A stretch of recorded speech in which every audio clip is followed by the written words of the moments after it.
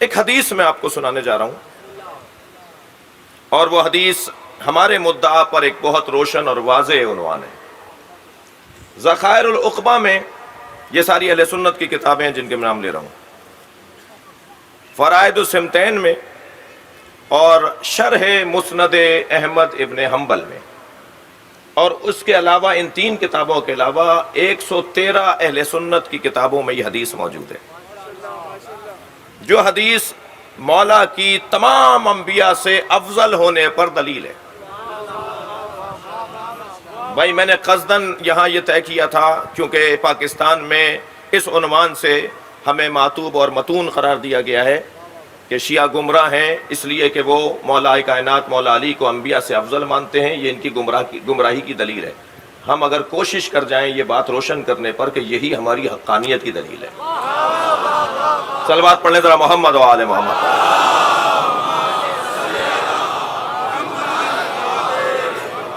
اور پاکستان کے علمی حلقوں کا مضمون ہے، اس لیے مجھے دل کہتا تھا کہ اس بات کے اوپر کچھ گفتگو ہو، کچھ غور ہو۔ حدیث کیا ہے؟ من اراد ان ينظر الى آدم فی علمہ وَإِلَى نُوحٍ فِي فَهْمِهِ وَإِلَى إِبْرَاهِيمَ فِي حِلْمِهِ وَإِلَى مُوسَى فِي هَيْبَتِهِ وَإِلَى أَيُّوبَ فِي زُهْدِهِ فَلْيَنظُرْ إِلَى عَلِي بن ابی طالب۔ جو چاہتا ہے کہ آدم کو ان کے علم میں دیکھے، جو چاہتا، اہل سنت کی کتاب کے حوالوں کے ساتھ بات کر رہا ہوں، جو چاہتا ہے کہ آدم کو ان کے علم میں دیکھے، علم میں دیکھے، جو چاہتا ہے کہ نوح کو ان کے علم میں دیکھے، جو چاہتا ہے کہ ابراہیم کو ان کی فہم میں دیکھے، جو چاہتا ہے کہ موسیٰ کو ان کی ہیبت میں دیکھے، جو چاہتا ہے کہ یحییٰ اور ایوب کو ان کے زہد میں دیکھے، وہ سارے نبیوں کی جگہ ایک علی کو دیکھ لے۔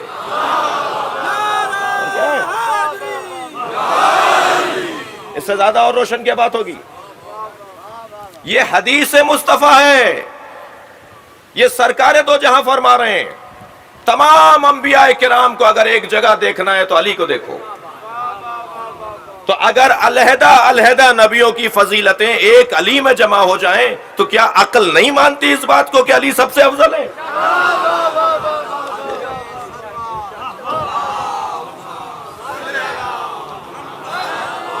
بلندتر صلوات نبی کی ذات پہ دیا۔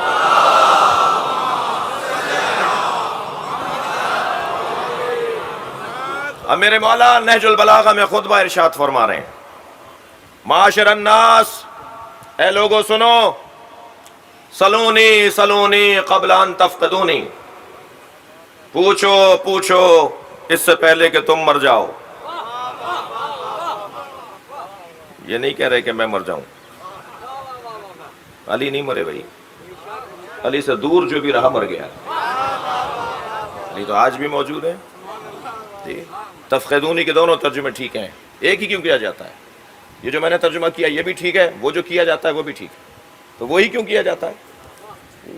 پوچھو اس سے پہلے کہ میں تمہارے درمیان سے چلا جاؤں، یہ کیوں ترجمہ کر رہے ہیں؟ یہ کر دیجئے نا ترجمہ جس میں حسن بھی ہے۔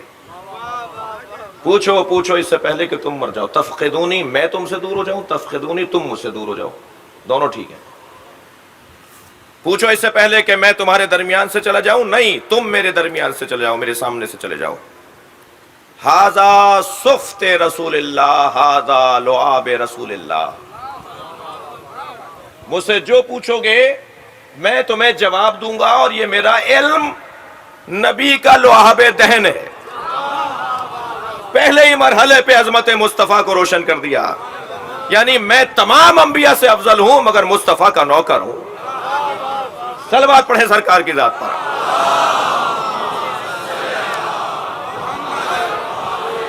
ھذا لعاب رسول اللہ، میرا علم لعاب مصطفیٰ ہے۔ آگے جملہ سنیں، عندی علم الاولین والآخرین، آپ کے ذہن مبارک میں ہے علم الاشیاء، علم ما کان و ما یکون، علم ذات۔ ان تینوں جملوں کو ذہن مبارک میں رکھیے گا، شاید آج کی مجلس کے اندر میں اپنے مضمون کو مکمل کر پاؤں اس باب میں، علم علی کے باب میں۔ فرمایا میرے پاس اولین کا علم ہے اور آخرین کا علم ہے۔ کون ہے اولین میں؟ حضرت آدم اولین میں ہے، آخرین میں کون ہے؟ یا علی جانتے ہیں یا علی کا اللہ جانتا ہے؟ میرے پاس اولین کا علم بھی ہے اور آخرین کا علم بھی ہے. اما واللہ، میں اللہ کی شرعی، اب میرا جملہ ہے یہ، میں اللہ کی شرعی قسم کھاتا ہوں. واللہ، علی واللہ کہہ کے شرعی قسم کھا رہے ہیں جی. اما واللہ لو سنیت لی الوسادہ، اگر میرے لیے مسند قضاوت کو بچھا دیا جائے اور مجھے بٹھا دیا جائے کہ آپ امت کے انسانوں کے فیصلے کریں، تو کیا فرما رہے ہیں؟ اللہ اکبر. فجلست علیہا، تو مجھے اگر مسند قضاوت دی جائے تو میں اس پہ بیٹھوں گا. اور کیا ہوگا؟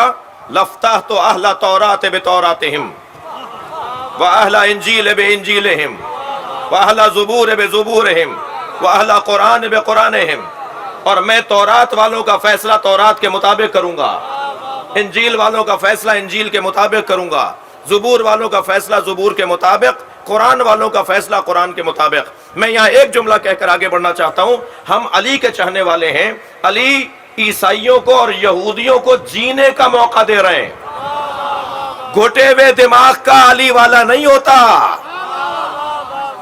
سنی تو ہمارے بھائی ہیں، علی تو یہودیوں کو جینے کا موقع دے رہے ہیں، ورنہ کہتے نا گلے پہ چھری چلا دو ان کے. تورات تو منسوخ ہو گئی، تورات کے مطابق میں فیصلہ کیوں سناؤں؟ انجیل تو منسوخ ہو گئی، میں انجیل کے مطابق فیصلہ کیوں سناؤں گا؟ علی تائید کر رہے ہیں کیا؟ علی حمایت کر رہے ہیں کیا انجیل کی اور تورات کی؟ نہیں بھائی، وہ ایک حقیقت ہے، وہ قوم ہے، لوگ ہیں ان کے، وہ اس دنیا میں رہتے ہیں، ان کی تعداد ہے، برادریاں ہیں، ان کے ممالک ہیں. کیسے آپ کہہ دیں گے کہ صاحب ان کو جینے کا حق نہیں ہے؟ وسعت فکری کے اوپر مولا کائنات کی یہ فضیلت کی حدیث ہے، مگر وسعت فکری کے اوپر ایک پیغام ہے. جو علی یہودیوں کو اور عیسائیوں کو جینے کا موقع دے رہا ہو، اس کے چاہنے والے اگر غیر شیعوں کے بارے میں تنگ نظر ہو جائیں، نہیں بھائی حق ہے. اس ملک کے اندر رہتے ہیں، ہمارے پڑوس میں رہتے ہیں، ہمارے ساتھ آفسوں میں اور اداروں میں اور اسکول کالجوں میں ساتھ ہوتے ہیں، دوستیاں ہیں، حتیٰ بعض جگہ رشتہ داریاں ہیں. وسعت قلبی ہونی چاہیے ہے در کرار کے چاہنے والوں میں. صلوات پڑھیں گے محمد و آل محمد.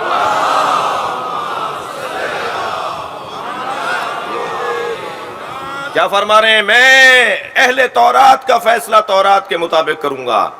اور پھر کیا فرمایا؟ اللہ اکبر. حتی ینطق التورات والانجیل والزبور والقرآن. جب میں فیصلہ تورات زبور انجیل اور قرآن کے مطابق سناؤں گا تو تورات زبور انجیل قرآن پکار کر کہیں گے، بولیں گے. کیا بولیں گے؟ وہ کہیں گے اللہ اکبر، ھذا صدق علی. یہ جو کچھ کہا گیا ہے یہ علی کی سچائی ہے، علی سچ کہہ رہے ہیں. پھر ایک جگہ حضرت کا فرمان کہ اگر قرآن مجید میں یہ آیت نہ ہوتی کہ یمح اللہ و یثبت، اللہ تقدیروں کو تبدیل کرتا ہے، اگر یہ آیت قرآن میں نہ ہوتی تو میں تم میں سے ایک ایک کے بارے میں بتا دیتا کہ تم میں سے کون کہاں مرے گا اور اس کی زندگی میں کیا کیا مراحل آئیں گے. مگر چونکہ تم خود اپنی تقدیریں بدلتے رہتے ہو. صلوات پڑھیں محمد و آل محمد.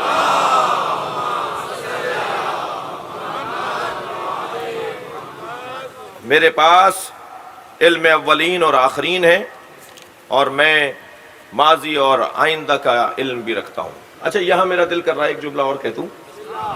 یہ جو حضرت نے اس آیت کی تلاوت فرمایا نا کہ یم اللہ و یثبت، اگر قرآن کی یہ آیت نہ ہوتی تو میں تم میں سے ہر ایک کے بارے میں ایک ایک بات بتا دیتا کہ کیا کیا تمہاری زندگیوں میں آنے والا ہے.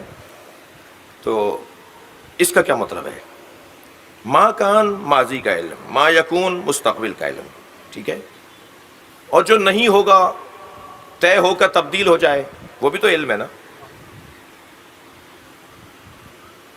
سیدہ نے ایک دن مولا کائنات سے فرمایا تعال الیہ، علی قریب آئیے، انی عالمۃ ما کانا وما یکون وما لم یکن. میں ماضی کی عالمہ بھی ہوں، آئندہ کے علوم کی عالمہ بھی ہوں، اور جو نہیں ہوگا وہ بھی میں جانتی ہوں. جی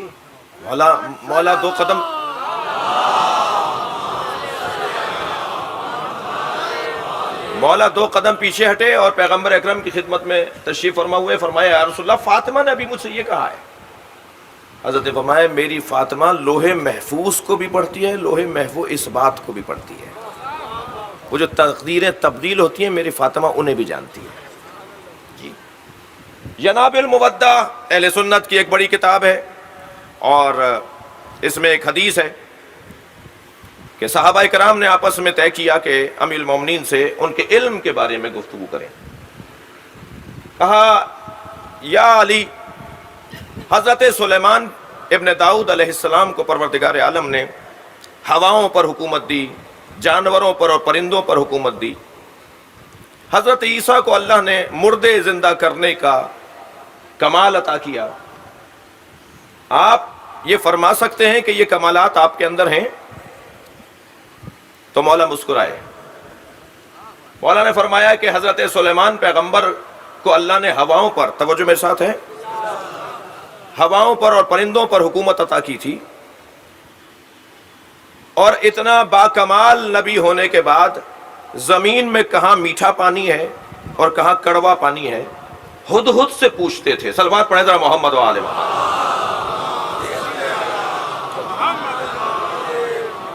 کہ بتاؤ میٹھا پانی، جہاں وہ ہدہد جا کر بتاتا تھا وہاں پھر چشمہ، وہاں پھر کھدائی کروائی جاتی تھی اور وہاں سے میٹھا پانی نکلتا تھا۔ حضرت فرمایا تم نے اس اللہ کے عظیم المرتبت پیغمبر کے بارے میں یہ قرآن میں پڑھ لیا کہ ایک دن ہدہد نظر نہیں آ رہا تھا، تو فرمانے لگے ما لی لا ارا الہدہد، آج کیا ہو گیا ہے، ہدہد کہاں چلا گیا ہے؟ کانا من الغائبین، وہ میری آنکھوں سے کہاں اوجھل ہو گیا ہے؟ وہ جو ہدہد سے مدد لیتے تھے اور جانوروں پر اور پرندوں پر حاکم تھے، انہیں علم نہیں ہو رہا تھا کہ ہدہد اس وقت کہاں ہے۔ میرے مولا علی نے اس آیت کو پڑھنے کے بعد فرمایا قرآن نے اپنے بارے میں دو مقامات پر تعارف کروایا ہے، قرآن اپنے بارے میں دو جگہوں پر تعارف کروا رہا ہے۔ ما من غائبۃ فی السماء والارض الا فی کتاب مبین، زمین میں کوئی غائب شے نہیں ہے، آسمانوں میں کوئی مخفی شے نہیں ہے، مگر یہ کہ وہ کتاب مبین میں ہے۔ پہلے تو مولا نے بتایا کہ حضرت سلیمان ہدہد کو ڈھونڈ رہے تھے، ہدہد مل نہیں رہا تھا، فرمایا کہاں چلی گئی یہ ہدہد؟ پھر حضرت نے یہ آیت تلاوت فرمائی۔ حضرت نے فرمایا تم نے پڑھا قرآن میں اللہ نے اپنے کلام کے لیے کیا کہا ہے کہ زمین اور آسمان میں کوئی غائب شے نہیں ہے مگر وہ کتاب کے اندر لکھی بھی ہے۔ پھر تم نے مجھ سے کہا کہ حضرت عیسیٰ مردوں کو زندہ کر دیتے تھے، تو قرآن مجید کی ایک اور آیت بھی میں تمہیں سناؤں جو قرآن نے اپنا ہی تعارف کروایا ہے۔ ارشاد ہوا وَلَوْ أَنَّا قُرْآنًا سُيِّرَتْ بِهِ الْجِبَالُ أَوْ قُطِّعَتْ بِهِ الْأَرْضُ وَأَوْ كُلِّمَ بِهِ الْمَوْتَىٰ، یہ قرآن وہ ہے کہ اگر اس پر کوئی عامل ہو جائے، توجہ چاہوں گا، تو اس قرآن کے ذریعے سے زمین کی مسافتوں کو وہ لمحوں میں طے کر سکتا ہے۔ اس قرآن پر عامل ہونے کی وجہ سے وہ زمین کی سُيِّرَتْ بِهِ الْجِبَالُ اور پہاڑوں کو وہ سیر کروا سکتا ہے، پہاڑ اڑتے ہوئے نظر آئیں گے، اور قطعت بہ الارض اور زمین کی مسافتیں کم ہو جائیں گی۔